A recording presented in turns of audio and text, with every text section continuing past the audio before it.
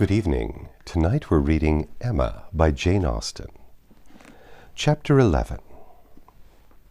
Mr. Elton must now be left to himself. It was no longer in Emma's power to superintend his happiness or quicken his measures. The coming of her sister's family was so very near at hand that first in anticipation and then in reality it became henceforth her prime object of interest, and during the 10 days of their stay at Hartfield it was not to be expected, she did not herself expect, that anything beyond occasional fortuitous assistance could be afforded by her to the lovers. They might advance rapidly if they would, however they must advance somehow or other, whether they would or no. She hardly wished to have more leisure for them. There are people who the more you do for them, the less they will do for themselves. Mr. and Mrs. John Knightley, from having been longer than usual absent from Surrey, were exciting, of course, rather more than the usual interest. Till this year, every long vacation since their marriage had been divided between Hartfield and Donwell Abbey, but all the holidays of this autumn had been given to sea-bathing for the children, and it was therefore many months since they had all been seen in a regular way by their Surrey connections, or seen at all by Mr. Woodhouse, who could not be induced to get so far as London, even for poor Isabella's sake, and who consequently was now most nervously and apprehensively happy in forestalling this too short visit. He thought much of the evils of the journey for her, and not a little of the fatigues of his own horses and coachman, who were to bring some of the party the last half of the way. But his alarms were needless, the 16 miles being happily accomplished, and Mr. and Mrs. John Knightley, their 5 children, and a competent number of nursery maids, all reaching Hartfield in safety. The bustle and joy of such a arrival, the many to be talked to, welcomed, encouraged, and variously dispersed and disposed of, produced a noise and confusion which his nerves could not have borne under any other circumstance, nor could have endured much longer even for this. But the ways of Hartfield and the feelings of her father were so respected by Mrs. John Knightley that in spite of maternal solicitude for the immediate enjoyment of her little ones, and for their having instantly all the liberties and attendance, all the eating and drinking, and sleeping and playing which they could possibly wish for, without the smallest delay, the children were never allowed to be long in disturbance to him, either in themselves or in any restless attendance on them. Mrs. John Knightley was a pretty, elegant little woman of gentle, quiet manners, and a disposition remarkably amiable and affectionate, wrapped up in her family, a devoted wife, a doting mother, and so tenderly attached to her father and sister that, but for these higher ties, a warmer love might have seemed impossible. She could never see a fault in any of them.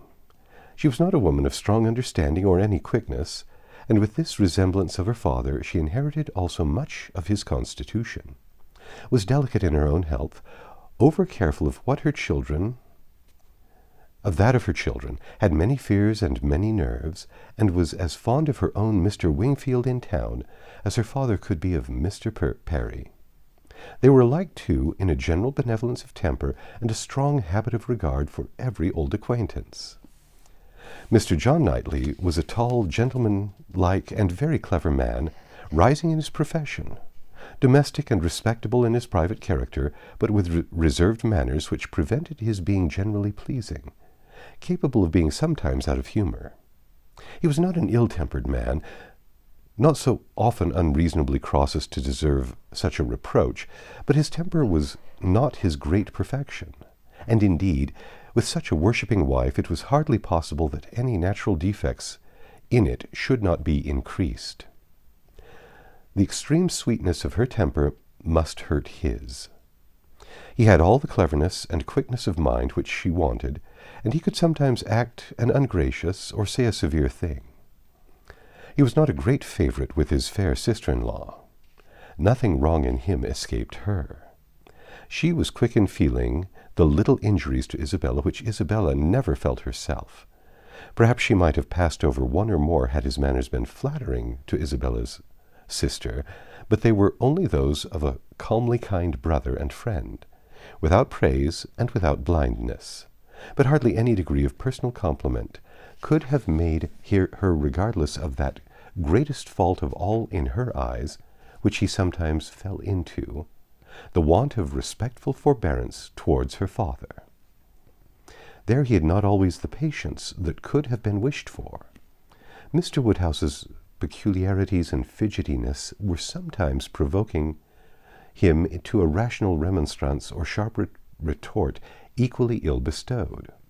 It did not often happen, for Mr. John Knightley had a great regard for his father-in-law, and generally a strong sense of what was due to him, but it was too often for Emma's charity, especially as there was all the pain of apprehension frequently to be endured, though the offence came not. The beginning, however, of every visit displayed none but the properest feelings, and this being of necessity so short, might be hoped to pass away in unsullied cordiality.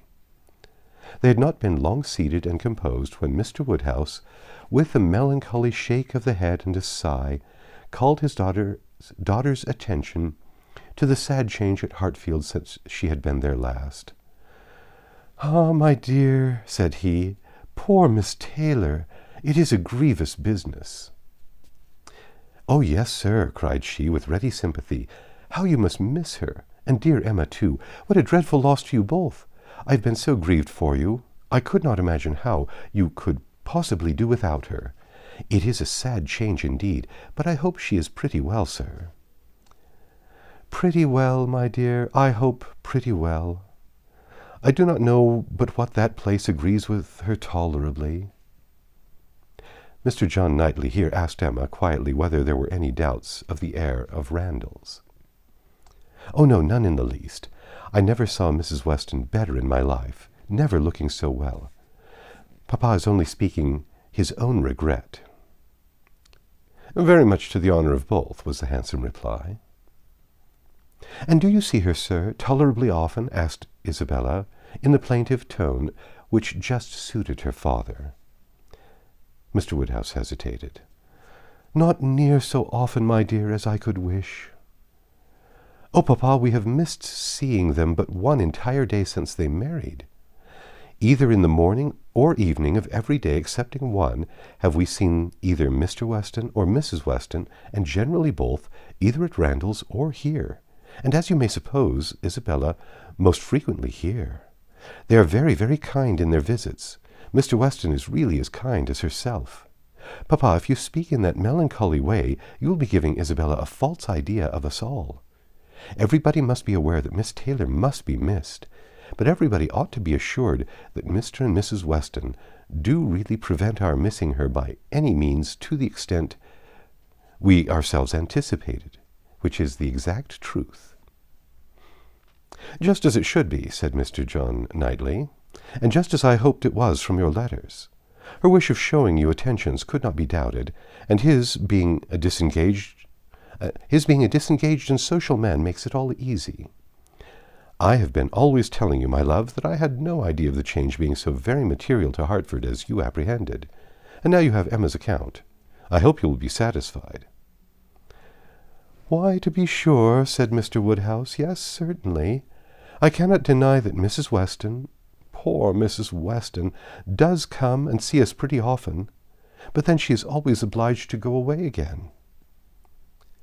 "It would be very hard on Mr. Weston if she did not, papa. You quite forget poor Mr. Weston." "I think, indeed," said John Knightley pleasantly, "that Mr. Weston has some little claim. You and I, Emma, will venture to take the part of the poor husband. I being a husband, and you not being a wife, the claims of the man may very likely strike us with equal force.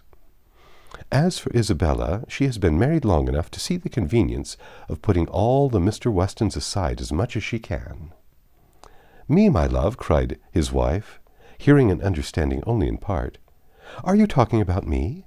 I am sure nobody ought to be, or can be, a greater advocate for matrimony than I am.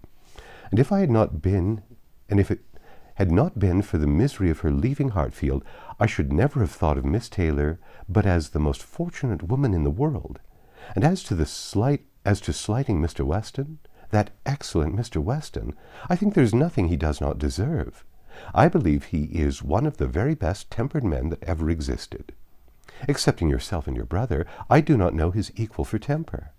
I shall never forget his flying Henry's kite for him that very windy day last Easter, and ever since his particular kindness last September 12th in writing that note, at 12 o'clock at night, on purpose to assure me that there was no scarlet fever at Cobham, I have been convinced there could not be a more feeling heart, nor a better man in existence. If anybody can deserve him, it must be Miss Taylor. "Where is the young man?" said John Knightley. "Has he been out on this occasion, or has he not?" "He has not been here yet," replied Emma. "There was a strong expectation of his coming soon after the marriage, but it ended in nothing. I have not heard him mentioned lately." "But you should tell them of the letter, my dear," said her father. "He wrote a letter to poor Mrs. Weston to congratulate her. A very proper, handsome letter it was. She showed it to me. I thought it very well done of him, indeed. Whether it was his own idea, you know, one cannot tell. He is but young, and his uncle, perhaps—" "My dear papa, he is 23. You forget how time passes." 23, is he? Indeed? Well, I could not have thought it. And he was but 2 years old when he lost his poor mother. Well, time does fly. Indeed, and my memory is very bad. However, it was an exceeding good, pretty letter, and gave Mr. and Mrs. Weston a great deal of pleasure. I remember it was written from Weymouth, dated September 28th, and began, 'My dear Madame,' but I forgot how it went on, and it was signed F.C. Weston Churchill. I remember that perfectly." "How very pleasing and proper of him!" cried the good-hearted Mrs. John Knightley. "I have no doubt of his being a most amiable young man, but how sad it is that he should not live at home with his father. There is something so shocking in a child's being taken away from his parents and natural home. I never could comprehend how Mr. Weston could part with him. To give up one's child! I really never could think well of anybody who proposed such a thing to anybody else." "Nobody ever did think well of the Churchills, I fancy," observed Mr. John Knightley coolly. "But you need not imagine Mr. Weston to have felt what you would feel in giving up Henry or John. Mr. Weston is rather an easy, cheerful-tempered man, than a man of strong feelings. He takes things as he finds them, and makes enjoyment of them somehow or other, depending, I suspect, much more upon what is called society for his comforts, that is, upon the power of eating and drinking and playing whist with his neighbors 5 times a week, than upon family affection or anything that home affords." Emma could not like what bordered on a reflection on Mr. Weston, and had half a mind to take it up, but she struggled and let it pass. She would keep the peace if possible, and there was something honorable and valuable in the strong domestic habits, the all-sufficiency of home to himself, whence resulted her brother's disposition to look down on the common rate of social intercourse, and those to whom it was important. It had a high claim to forbearance. That's the end of Chapter 11. Come back tomorrow and we'll read Chapter 12.